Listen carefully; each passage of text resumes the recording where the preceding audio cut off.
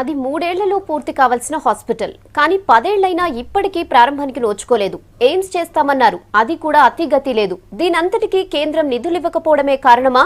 నల్గొండ బీబీనగర్ నిమ్స్ ఎప్పుడు స్టార్ట్ అవుతుంది?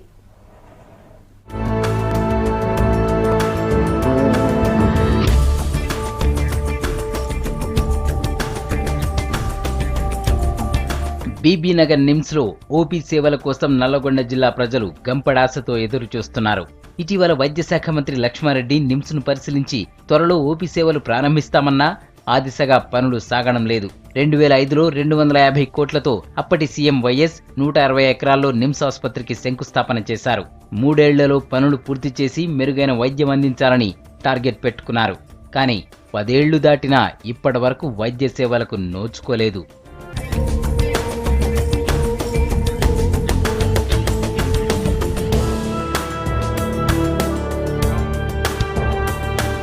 కేంద్ర రాష్ట్ర ప్రభుత్వాలు చెరో 125 కోట్లతో సంయుక్తంగా నిర్మించేలా ఒప్పందం కుదుర్చుకున్న నిమ్స్ కోసం కేంద్రం ఇప్పటి వరకు పైసా కూడా ఇవ్వలేదు. రాష్ట్ర ప్రభుత్వం, నిమ్స్ యాజమాన్యాలు కలిసి 70% పనులు పూర్తి చేశాయి. కేంద్ర నిధులు రాకపోవడంతో ప్రభుత్వం గతేడాది సీసీఎంబీ రీసెర్చ్ సెంటర్ కు నిమ్స్ కట్టడాలను అప్పగించాలని ప్రయత్నించింది.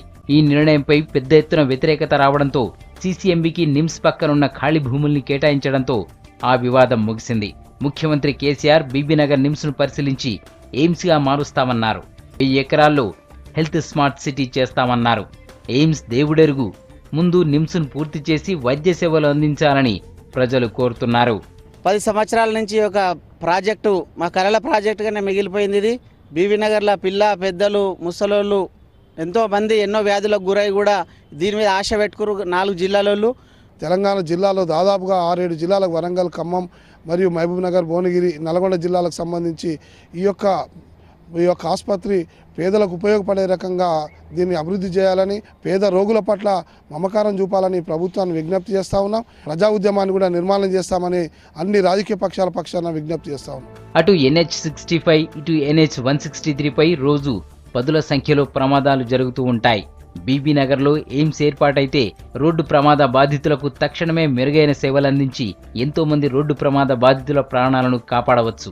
ఎయిమ్స్ నిర్మాణం కోసం కేంద్ర ప్రభుత్వ నిధులకు మరో ఏడాది టైం పడుతుండడంతో అప్పటి వరకు నిమ్స్లో ఓపీ సేవలు ప్రారంభించాలనుకుంది ప్రభుత్వం.